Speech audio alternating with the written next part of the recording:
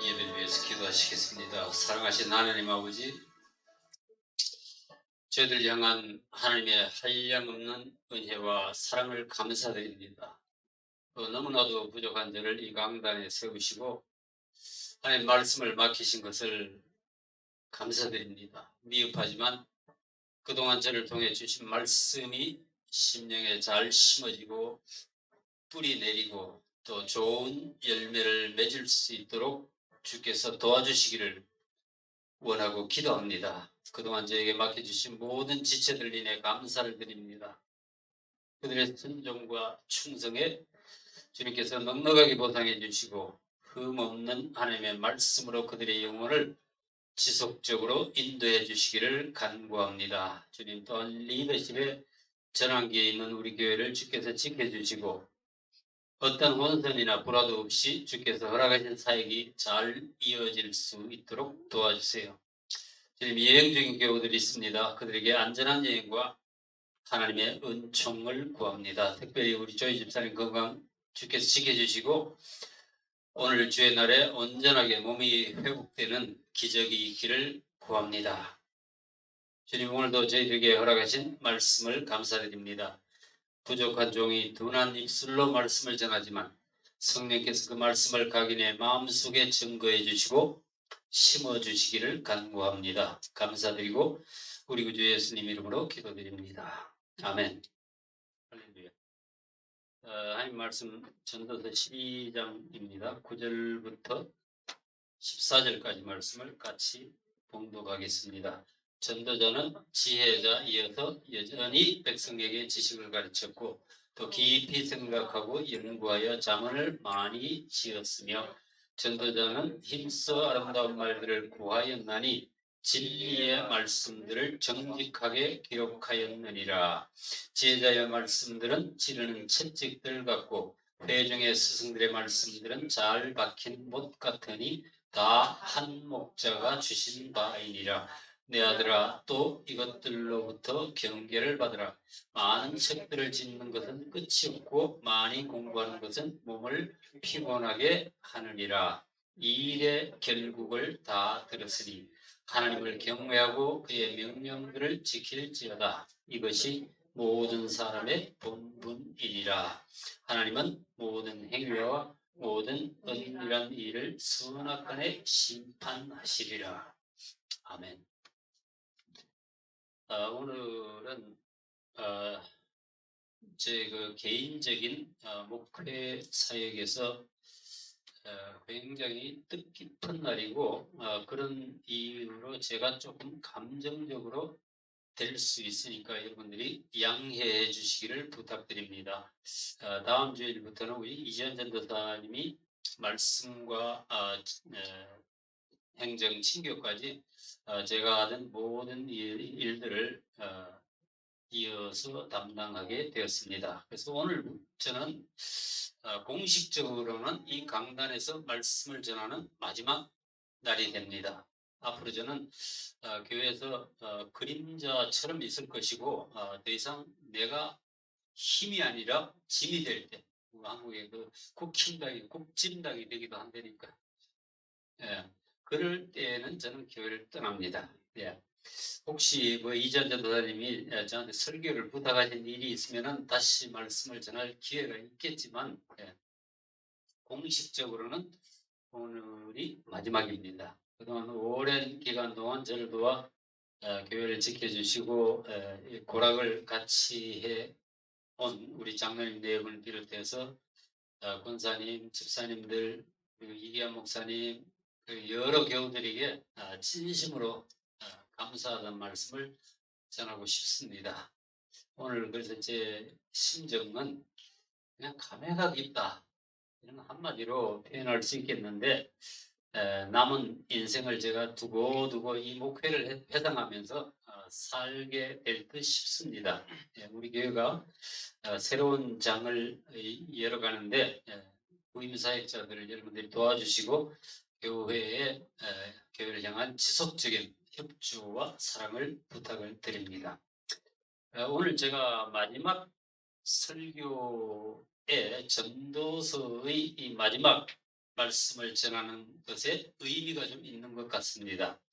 성경에서 솔로몬 왕의 저술로 여겨지는 세 권의 책이 있죠. 잠언, 전도서, 아가서입니다.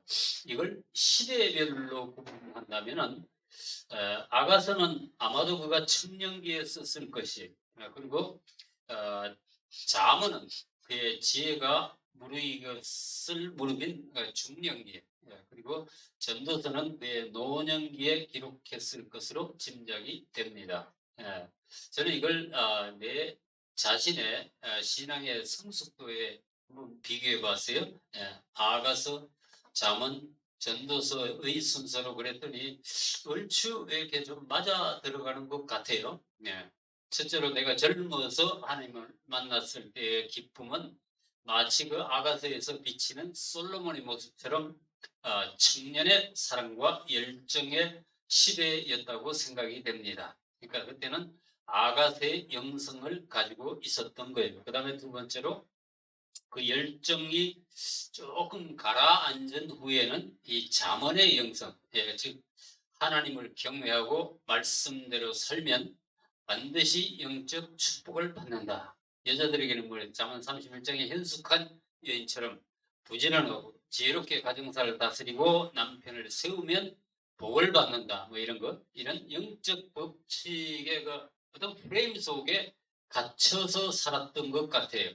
그래서 끊임없이 각종 은사와 성령의 능력을 구했고 번영과 기적이 따르는 예언자들을 추종하기도 했습니다.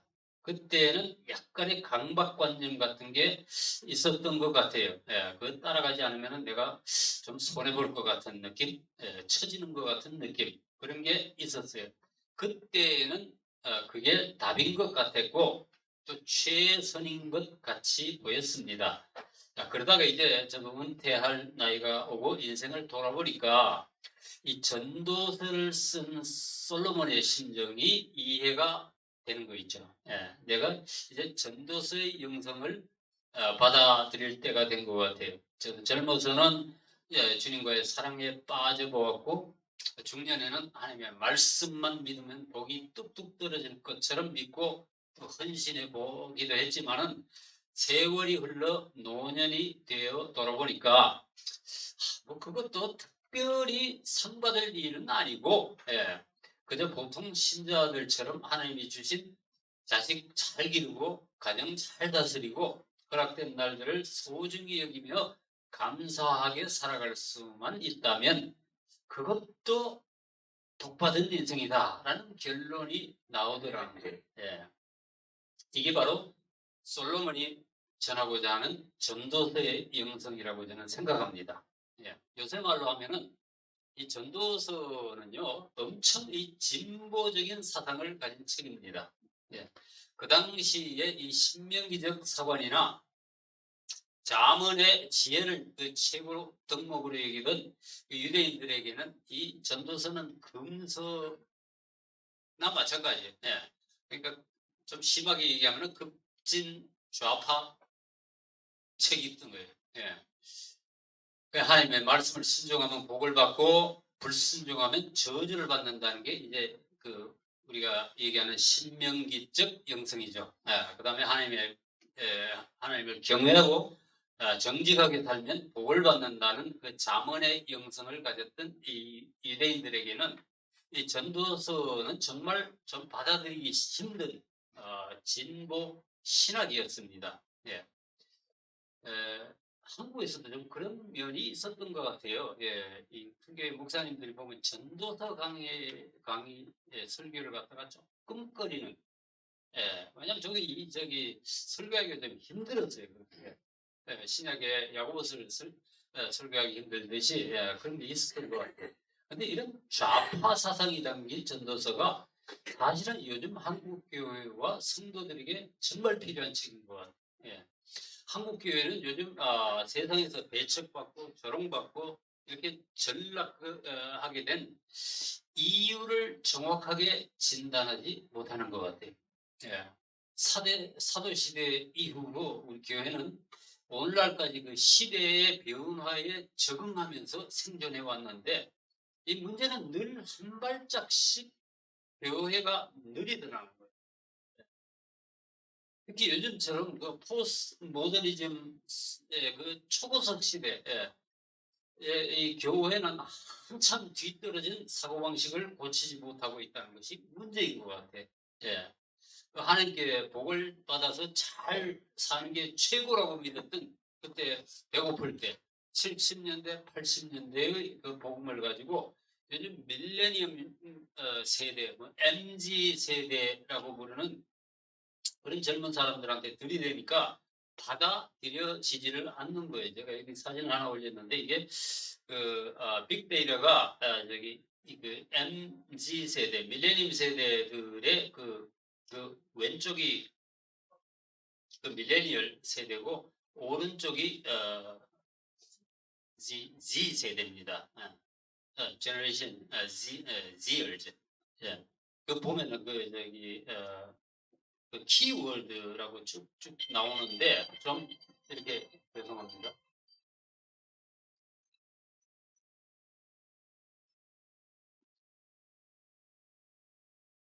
이걸 제가 꺼놨어요. 이제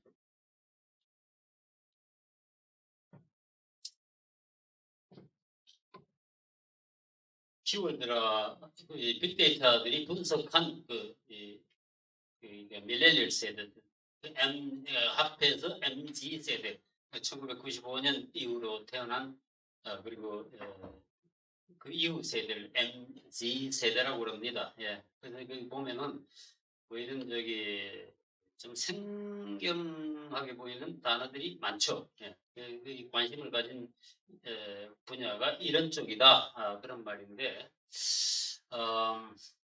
이 성균관대학교에 최재봉 교수님이라는 분이 계시는데 이분이 그 포노 사피엔스라는 말을 만들어내서 이 책을 내시면서 그 말이 이제 좀 유행하게 됐는데 이게 뭐냐면은 책에 그 부제가 달렸죠. 스마트폰이 낳은 신인류. 예. 요즘 MZ 세대들을 그렇게 규정을 하고 그만큼 다른 세대 신종 인류라는 거예요. 귀에 이어폰을 걸고 스마트폰을 손에 들고 자기들끼리만 통하는 대화로 뭐 SNS로 교통하는 이런 세대들에게는 사실 40대만 돼도 꼰대로 인식이 되는 거예요. 이 디지털 시대에 이 세대를 수용하지 못하는 비즈니스, 이게 책이 말하는 게 그거예요. 그런 비즈니스는 다 살아남지 못할 것이다. 이런 말을 이 책에서 주장하고 있는 거예요. 이게 꼭 비즈니스에만 해당되는 말일까? 이게 이제 이 세상이 그렇잖아요. 이 세상이 교회를 따라오는 것은 기대할 수 없는 때가 되었고 오히려 교회가 빨리 시대의 흐름을 깨닫고 세상의 그 변화에 적응하고 쫓아가야 되는 그런 처지가 된 거예요. 그래서 제가 전도서를 다시 읽으면서 공감하는 것은 하나님의 교회가 전도서의 영성을 가져야 하겠다는 그 시대적인 요청이 있다는 거예요. 우리를 그냥 구름에 붕붕 떠다니게 만들었던 그 조금은 비현실적인 복음에서 깨어나서 급변하는 정보사회에 맞는 복음을 세상에 제시할 수 있어야겠다는 겁니다. 그러기 위한 강력한 대안이 바로 이 전도서가 아닐까 저는 그렇게 생각합니다. 신약의 그 야고보서처럼 전도서는 아주 프랙티컬한 이 현실적인 책이에요. 하나님께서는 우리에게 복을 주시는 분뿐만 아니라 고난을 주시기도 하고 심지어는 죽음으로 치시기도 한다는 거예요. 그게 욥기와 이 전도서에서 말씀하는 거 아니에요. 이 욥처럼 하나님 앞에서 온전하고 하나님을 사랑한 사람이 세상에 또 어디 있었겠어요. 근데 욥은 이렇게 고백합니다. 6장 4절에 보면 전능자의 화살이 내게 박히며 나의 영이 그 독을 마셨나니 하나님의 두려움이 나를 엄습하여 치는구나. 자신에게 죽음의 화살을 날리신 분이 하나님이시라는 거예요. 이게 사탄이라고 말한 거 아니에요. 하나님이 그 화살을 내게 날려 박히게 했다. 독을 마셨다 그러는 게 이거 죽어간다는 뜻이죠. 예. 그 욥이 우리에게 던져준 숙제가 뭐예요? 뭐였어요? 예. 그럼에도 불구하고 우리는 여전히 하나님을 우리를 사랑하시는 아버지로 믿을 수 있는 길을 연구해야 한다는 겁니다. 예, 이런 거는 그 신명기적 사관이나 잠언의 영성으로는 납득이 잘 되지 않습니다. 예. 그 사필귀정, 예, 심은 대로 거두고 눈물로 씨를 뿌리면 기쁨으로 단을 거둔다. 이런 날이 반드시 와야 한다. 예, 내 인생에 고난이나 불행한 일이 있으면 반드시 내 쪽에서 원인이 있을 것이 그걸 찾아내야 한다는 것. 예. 이런 틀에 박힌 공식이 신명기적 사관이고 잠언의 영성인데 이런 것들이 헛된 꿈일 수 있다는 것을 알려주는 책이 바로 전도서입니다. 예. 그러한 인과응보적 사고방식에 갇혀 있으면 하나님을 이해할 수 없다는 것을 깨닫게 해주는 거예요. 예. 그게 전도서의 의도일지도 모릅니다. 그래서 전도서는 제가 보기에는 오늘날 하나님의 교회에 가장 필요한 책이 아닐까 이렇게 생각합니다. 자, 오늘 읽은 본문은 전도서 전체의 결론이라고 할 수 있습니다. 9절, 10절 말씀 다시 제가 읽어드릴게요. 언제 또 다시 읽어보겠습니다. 전도자는 지혜자이어서 여전히 백성에게 지식을 가르쳤고 또 깊이 생각하고 연구하여 잠언을 많이 지었으며 전도자는 힘써 아름다운 말들을 구하였나니 진리의 말씀들을 정직하게 기록하였느니라. 근데요, 여러분들이 여기서 좀 눈치를 채신 분들도 있으실지 모르겠는데 이상하게도 이 12장 9절에 들어오면서 화법이 바뀝니다. 예, 화법이 지금까지는 전도자가 1인칭으로 내가 그러면서 자신의 얘기를 이어오다가 갑자기 전도자를 3인칭으로 타자로 부릅니다. 이 학자들은 전도서가 후대 그 서기관들에 의해서 편집되었기 때문에 이런 말이 들어갔을 것이라고 주장을 하지만은 꼭 그렇게 볼 이유는 없는 것 같아요. 솔로몬이 전도서를 결론까지 써 놓았다가 나중에 정말 한마디 더 하고 싶어서 가필한 것이 아닐까. 그렇게 봐도 무리가 없는 거예요. 먼저 이거 보면 전도서 기자는 전도자는 지혜자였다라고 설명을 합니다. 자, 인류 역사상 가장 지혜로운 자를 꼽으라면은 첫 손가락에 꼽히는 이가 바로 솔로몬입니다. 그가 하나님께 구한 것도 지혜였고 또 그가 받은 지혜는 하나님의 주신 특별한 선물이었습니다. 아무나 가질 수 있는 지혜가 아니었어요. 예. 그런 솔로몬이 자신을 지혜자로 칭했다는 것은 자신의 말에 하나님의 권위가 실려 있다는 것을 말하고 싶은 거예요. 지금껏 전도서에서 이 12장까지 그가 제기한 말들이 다 하나님의 지혜로부터 나온 것이다 라는 것을 간접적으로 여기서 증거하는 거예요. 예. 나는 지혜자인데 그러므로 내가 너희에게 주는 말도 지혜로운 말씀이다 라는 말로 들립니다. 예, 솔로몬이 이 글을 쓰는 동안에도 보면 여전히 백성에게 지식을 가르쳤고 또 깊이 생각하고 연구하여 잠언을 많이 지었다라고 말하는데 여기에 잠언을 많이 지었다라는 말이 조금 중요합니다. 예, 히브리어로 티큰이라고 그러는데 영어로 보면 그 조금 더 설명이 잘 되어 있어요. He listened, he looked, and set in order many proverbs. 비록 그가 지혜자였지만은 잠언들을 엄청 노력하고 귀 기울이고 그 다음에 고치고 바로잡고 또 이렇게 순서대로 정리했다는 말씀입니다. 그러고 그는 하나님과 사람을 기쁘게 하고 유익이 될 아름다운 말씀을 정말 힘써 구했다고 그래요. 또 그렇게 찾아서 검증된 잠언들을 여기 보면 정직하게 기록하였다라고 말합니다. 비록 그 잠언이 어떤 이들의 마음을 불편하게 할 수 있고 또 화나게 할 수도 있었겠지만 그는 타협하지 않고 정직하게 기록했다는 거예요. 예. 그 자문이란 말, 여러분들이 그 뜻을 아는 분들 있는지 모르겠는데 중국 성경에서 그냥 옮겨온 말입니다. 예. 그 잠이 그 이제 잠자에 찌르는 침 있죠. 예. 히브리어로 미슐레이라 그러는데 이 아픈 사람에게 침을 넣듯이 그 침을 넣어서 영혼을 살리고 고치고 깨우친다는 그런 의미가 있는 거예요.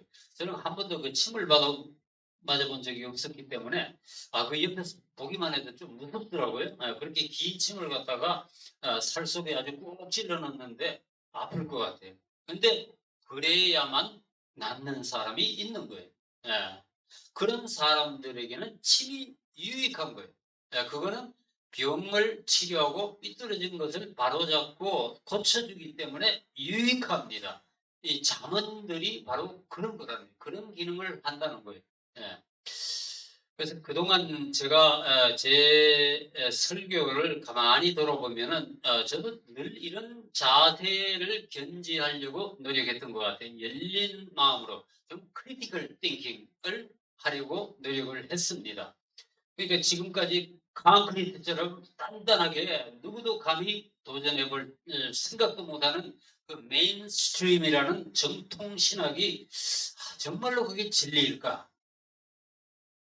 저는 늘 이런 질문을 던집니다. 정말 그 신학이나 교리가 하나님의 뜻과 섭리를 충분히 대변하고 있다고 말할 수 있을까? 만약에 우리가 신봉하는 교리가 불변의 진리라면 왜 세상은 기독교 교리에 감화되지 않는 것일까? 예.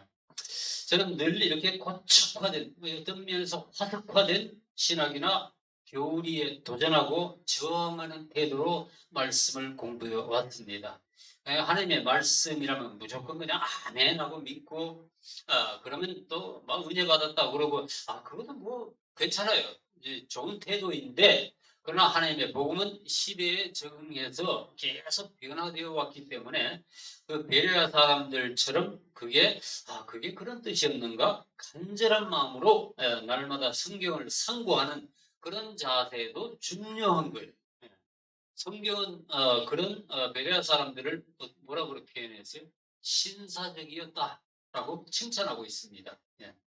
그래야 교회가 새로운 세대를 품을 수 있고 급변하는 세상에 맞는 복음을 내어 놓을 수 있을 거예요. 이 두 가지는 사실 하나는 옳고 하나는 틀리고 이런 거 아니에요. 예. 잠언과 전도서가 모두 하나님의 주신 말씀이듯이 이 보수적인 신앙이나 개혁적인 신앙이나 모두 하나님께로부터 온 것이기 때문에 교회가 그것들을 잘 수용할 수 있어야 합니다. 예. 제가 말하기로는 우리 이지한 전도사님도 타협하지 않고 진리의 말씀을 깊이 생각하고 연구하고 전하는 그런 설교자가 되기를 기도합니다. 이것이 전도자의 말씀을 공부하는 그런 태도였던 거예요. 예. 그러니까 비록 아프더라도 우리가 하나님의 주신 잠언은 하나님의 말씀은 전해야 하는 이유가 있습니다. 그 다음 절에 지혜자들의 말씀들은 찌르는 채찍들을 갖고 대중의 스승들의 말씀들은 잘 박힌 목 같으니 다 한 목자가 주신 바니라. 지혜자들의 말씀은 하나님께서 인정하신 하나님의 말씀입니다. 이 말씀들을 우리 귀에 듣기 좋은 말이 아닐 때가 많아요. 오히려 여기 말씀처럼 찌르는 채찍처럼 아픕니다. 아마 그게 정상일지도 몰라요. 왜냐하면 우리 인간의 죄성이 그만큼 깊고 악하기 때문에. 여기서 채찍이라는 거는 원문에 보면 막대기입니다. 소나 양을 모는 목자의 막대기인데 지팡이. 때로는 그게 아프지만 시편 23편의 다윗의 고백처럼 주의 지팡이와 막대기가 있기에 우리는 안전할 수 있다. 그다음에 회중의 스승들의 말씀들은 잘 박힌 목과 같다라고 했습니다. 교회에서 선포되는 말씀이 정말 잘 박힌 목과 같이 이렇게 박힐 수, 우리 가슴판에, 마음판에 심길 수 있어야 합니다. 예, 잘 박힌 못은 흔들리지 않습니다. 예, 저는 이 벽에 못을 박을 때도 아무데나 박으면은 그냥 좌우열에 박혀가지고 그냥 흔들흔들하다 빠져요. 그 뒤에 스터드가 있는지 기둥에 대고 정확하게 박아야 되는 거예요. 예. 아니 말씀이 이렇게 정확해야 잘 박힌다는 것. 예. 자, 하나님의 말씀은 찌르는 채찍과 같고 잘 박힌 목과 같다고 했는데 그 말씀들의 출처가 여기에 명시되어 있습니다. 한 목자가 주신 바니라. They are given from one shepherd. 그 shepherd의 영어로 대문자로 쓰여진 거 보이시죠? 예. 이것이나 저것이나 모든 인생을 인도하시는 주님으로부터 온 말씀이라는 겁니다. 한국어 그 번역본에는요 나타나지 않지만은 9절과 12절의 히브리어 원어에는요 베요테르라는 접속사가 붙어 있습니다. 예, 영어로는 이 뭐냐면은 저기 올렸나? 베요테르. 영어로 보면 and further, in addition, and moreover. 게다가 거기에 더하여 뭐 그런 뜻인데 옛날에 여러분들이 편지를 쓰고 나서 맨 밑에다가 잊어버렸다 그러면서 몇 자 더 쓰는 거 있죠. 예. 추신이라고 그러죠. 추신. 예.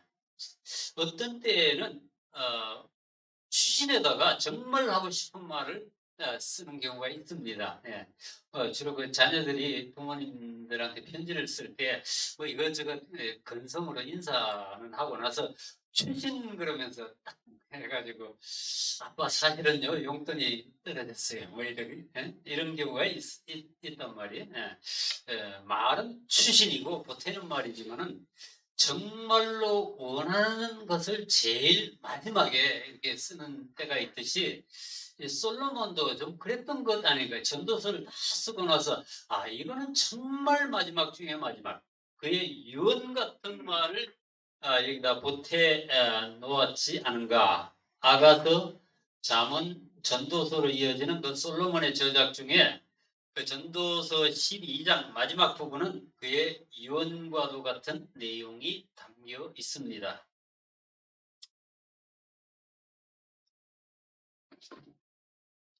제가 그 11년 전에 돌아가신 제 어머니 얘기를 잠깐 하려고 하는데 양해해 주시기를 바랍니다.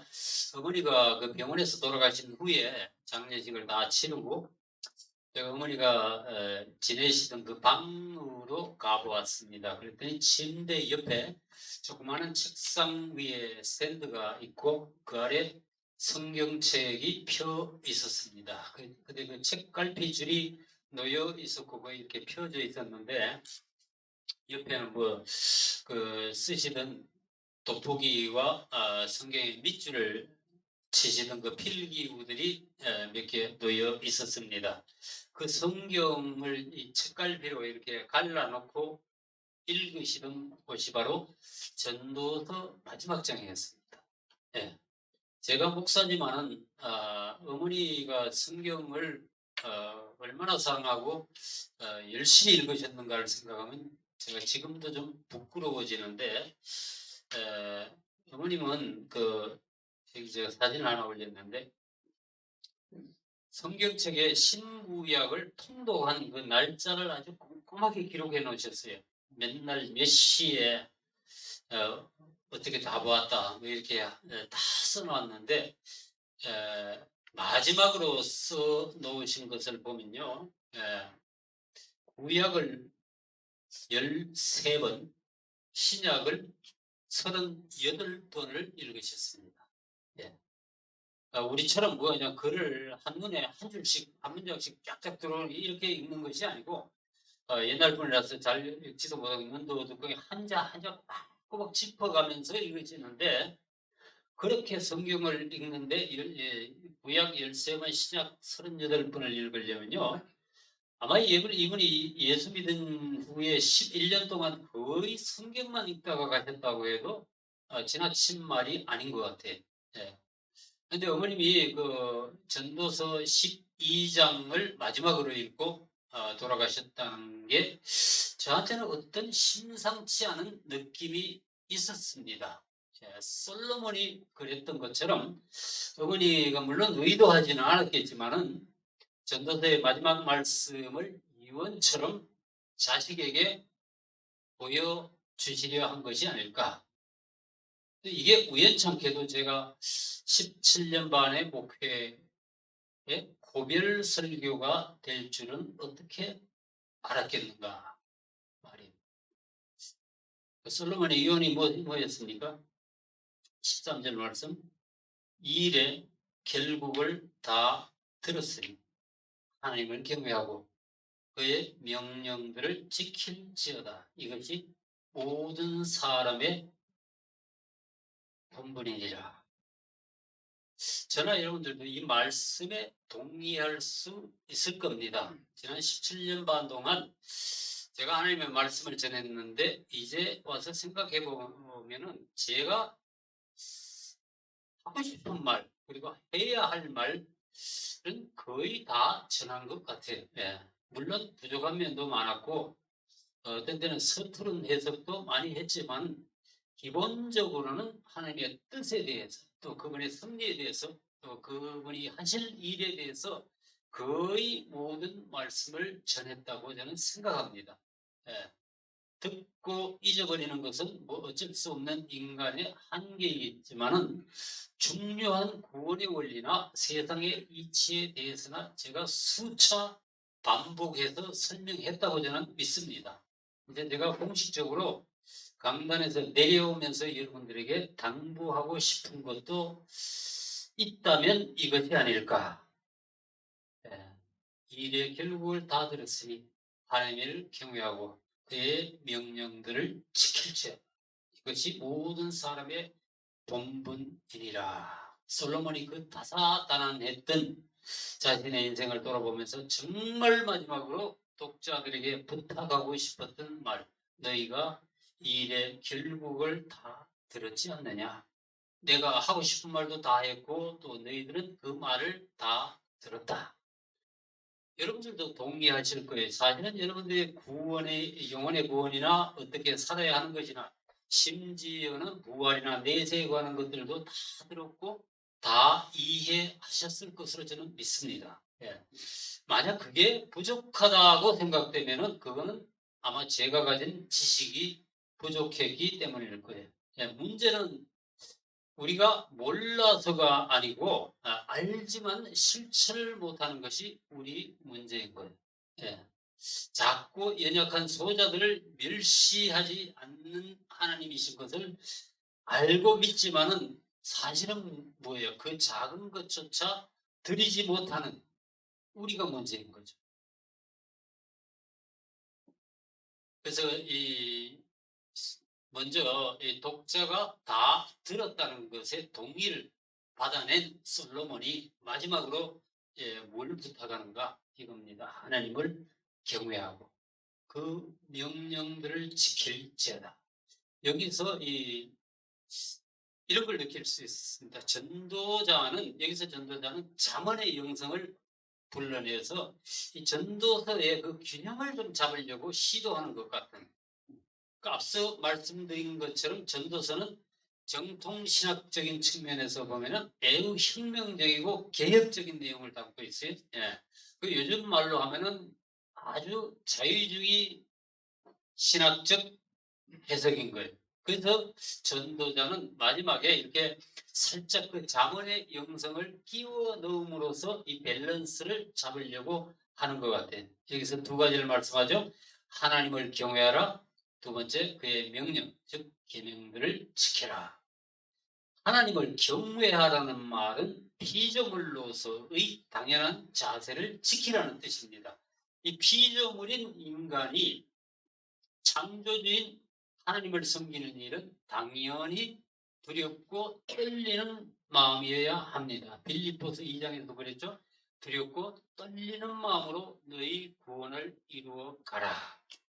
사실 이것은 둘이 아니라 하나입니다. 하나님을 경외하는 자는 그의 계명을 지키게 되어 있죠. 경외하는 것은 우리 마음의 태도, 이 자세이고 계명을 지키는 것은 그 경외하면 따르는 결과입니다. 그러니까 하나님을 마음으로 깊이 경외하면 자연히 그분의 명령을 지키는 행동이 나온다는 뜻입니다. 근데 우리는 이 둘이 따로 노는 때가 참 많습니다. 신기하게도 우리는 하나님을 경외하지만 그분의 명령을 무시하는 신기한 재주가 있어요. 이런 부조화는요, 사실 그 세상 어디에나 있습니다. 사회에서 존경받는 사람들도 얼마든지 국민에게 민폐가 되는 경우가 있고요. 도덕적으로 흠이 없는 자들의 마지막 그 탐욕스러운 모습을 우리가 봅니다. 말 잘하는 정치인들 치고 자기 말을 지키는 자들이 몇이나 있는가. 기독교인들이라고 세상 사람들보다 더 사랑하고 더 베풀며 사는가? 그렇지도 않은 것 같아요. 그러면 거룩한 하나님의 종들은 좀 나은가? 실상은 그렇지도 못합니다. 정말 말을 하기가 괴로울 지경.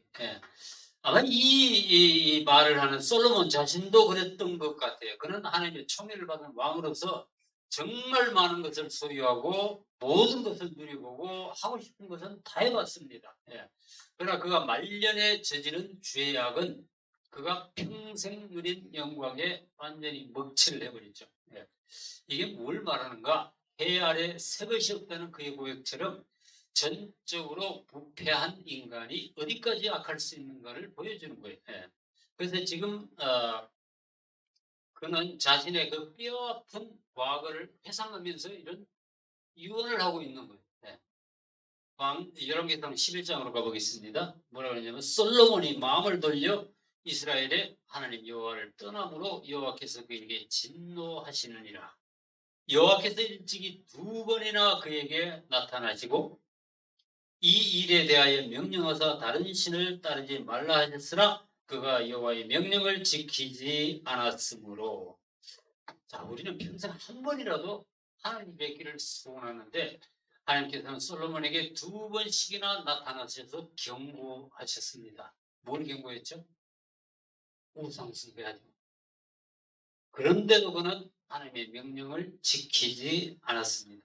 몰라서 그랬을까요? 절대로 아닙니다. 이게 전적으로 타락한 인간의 모습이에요. 알면서도 하지 않는 우리의 모습인 거예요. 솔로몬 같이 하나님의 은혜를 받은 왕이 이렇게 불순종했다면 뭐 우리는 어쩔 수 없는 거예요. 우리 같은 보통 사람들은 어쩔 수 없을 거예요. 이러면서 자신의 불순종을 합리화하지 마시기 바랍니다. 그러라고 주신 말씀은 아니에요. 이 말씀을 붙들고 죄의 유혹에 넘어가지 말고 육신의 종로로 가지 말고 세상과 타협하지 말고 너희는 이기는 자가 되어라 라고 주신 말씀이에요. 하나님의 계명은 정직하고 확실하고 완전하고 순결합니다. 시편 19장 말씀 19편 말씀 여호와의 율법은 완전하여 영혼을 소성시키며 여호와의 증거는 확실하여 우둔한 자를 지혜롭게 하며 여호와의 교훈은 정직하여 마음을 기쁘게 하고 여호와의 계명은 순결하여 눈을 밝게 하시도다. 아멘. 자, 여러분들은 하나님의 계명을 사랑하는 자들이 다 되시기를 진심으로 바랍니다. 비록 그 계명이 마음에 들지 않더라도 때로는 그 계명을 지키려면 금전적인 손해를 보더라도 궁극적으로는 우리 영혼에 유익하기 때문에 하나님께서 주셨다는 사실을 믿으시기 바랍니다. 복잡하게 자기 생각으로 머리 굴리지 그러고 살지 말고 그저 하나님 말씀대로 살면 된다는 거예요. 자, 그래서 이 13절 마지막 부분에 이것이 모든 사람의 본분이다 그랬습니다. 솔로몬이 강조하고자 한 말은 하나님을 경외하고 그의 명령들을 지키는 것이 인간이 해야 할 전부이다라는 거예요. 여기 본분이라고 번역된 단어는요, 영어로는 폴 디리어맨 그랬는데 히브리어로는 칼 하담입니다. 하아담. 하는 저기 관사니까 이 아담이 인간이란 뜻이에요. 인간의 모든 것이다. 하아담. 인생의 인간이라면 마땅히 그래야 한다라는 의미예요. 이것이 인생의 모든 것이다. 인생의 중요한 것은 그것밖에 없다라고 이해하셔도 됩니다. 솔로몬이 이렇게 유언과도 같이 간곡하게 당부하는 말을 오늘 우리가 귀담아 들어야 합니다. 저도 이 강단을 내려오면서 마지막으로 여러분들에게 당부하고 싶은 말씀이 이거예요. 하나님을 경외하고 그의 말씀을 지키십시오. 여러분들은 이 말씀만 붙잡으면 돼요. 복잡한 것 많은 것 생각하지 말고 되도록이면 좀 단순하게 하나님의 명령을 지키고 순종하시기 바랍니다. 마지막으로 우리가 왜 하나님을 경외하고 그의 계명을 지켜야 하는가 그 이유를 솔로몬이 이렇게 말씀합니다. 전도서 마지막 절에 하나님은 모든 행위와 모든 은밀한 일을 선악간에 심판하시리라. 심판하실 하나님이 계시다는 사실을 잊지 마십시오. 그분은 우리가 만원히 여길 뿐이 절대로 아니라. 우리가 사람은 얼마든지 속여먹을 수 있지만은 하나님은 안 됩니다. 왜냐하면 그분은 우리 모든 행위, 모든 은밀한 우리가 감추고 치우고 숨기는 모든 일까지 다 보고 다 기록해 놓으시기 때문에 그 증거가 너무 확실하기 때문에 이거는 하늘 법정에서는 심판을 굽힐 길이 없다는 사실을 여러분들이 잊지 마시기 바랍니다. 저는 그동안 하나님 말씀으로 여러분들을 기분 좋게 하거나 잘못된 행동을 합리화하여 넘어가지 않으려고 나름 노력했습니다. 하나님의 사랑과 용서 때문에 우리가 살게 된 것은 맞아요. 그러나 동일하게 하나님의 공평하고 엄정한 심판이 있다는 것은 잊지 말아야 합니다. 우리가 하나님의 심판을 잊으면 어떻게 되느냐? 우리가 인생을 방자하게 살 위험이 있습니다. 그런 이유로 지금껏 솔로몬은 앞에서도 보면은 헛되다를 외치면서도 이 말씀은 꼭 했어요. 11장 9절에 보면 뭐라고 했어요? 청년이여 네 어린 때를 즐거워하며 네 청년의 날들을 마음에 기뻐하여 마음에 원하는 길들과 네 눈이 보는 대로 행하라. 그러나가 중요한 거예요. 하나님이 이 모든 일로 말미암아 너를 심판하실 줄 알라.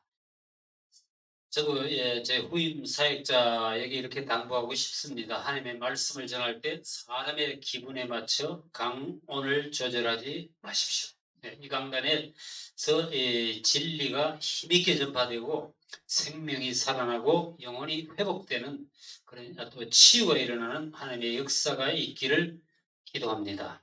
저는 그동안 성경에 있는 좋은 말은 다 갖다 써봤지만은 별로 역사가 많지 않았어요. 그럼 교회도 작고 제 목소리도 약했기 때문에 아마 그랬을지도 모르는데 변명이지만 그러나 제 후임은 저와는 다르기를 기도하고 또 기대합니다. 하나님께서 이지연 전사님에게 능력의 기름 부음으로 함께 해주시기를 주님의 이름으로 축복하고 기도합니다. 함께 기도하십시다. 사랑하시는 하나님 아버지, 전도자의 많은 수고를 통해서 주시는 그 소중한 진리의 말씀을 감사드립니다. 우리가 이 말씀을 솔로몬의 유언처럼 비장한 심정으로 마음에 새기기를 원합니다. 주님, 긴 세월을 부족하고 어리석은 저에게 이 강단에서 말씀을 전할 기회를 주신 것을 다시 한번 감사드립니다. 제가 그동안 전한 모든 말씀들이 먼저 저 자신에게 적용이 되게 하시고 제 인생 남은 그 발걸음을 비추는 등불이 되기를 소원합니다. 그리고 이 말씀들이 우리 모든 사랑하시는 교우들의 마음에 잘 박힌 못처럼 새겨질 수 있도록 도와주시기를 원하고 기도합니다. 주님 이 강단을 복 주시기 원합니다. 우리 이지한 전사님과 함께 해주시고 성령의 능력으로 붙들어 주시기를 간구합니다. 주님 우리 교우들이 이전에 정말 경험하지 못했던 새로운 기름 부음으로 하나님을 경험할 수 있도록 해주시고 또 이 지역사회를 섬기고 일방을 섬기는 교회로 우뚝 설 수 있도록 주님께서 함께해 주시기를 간절히 원하고 기도합니다. 주의 성령께 감사드리고 예수님 이름으로 기도합니다. 아멘.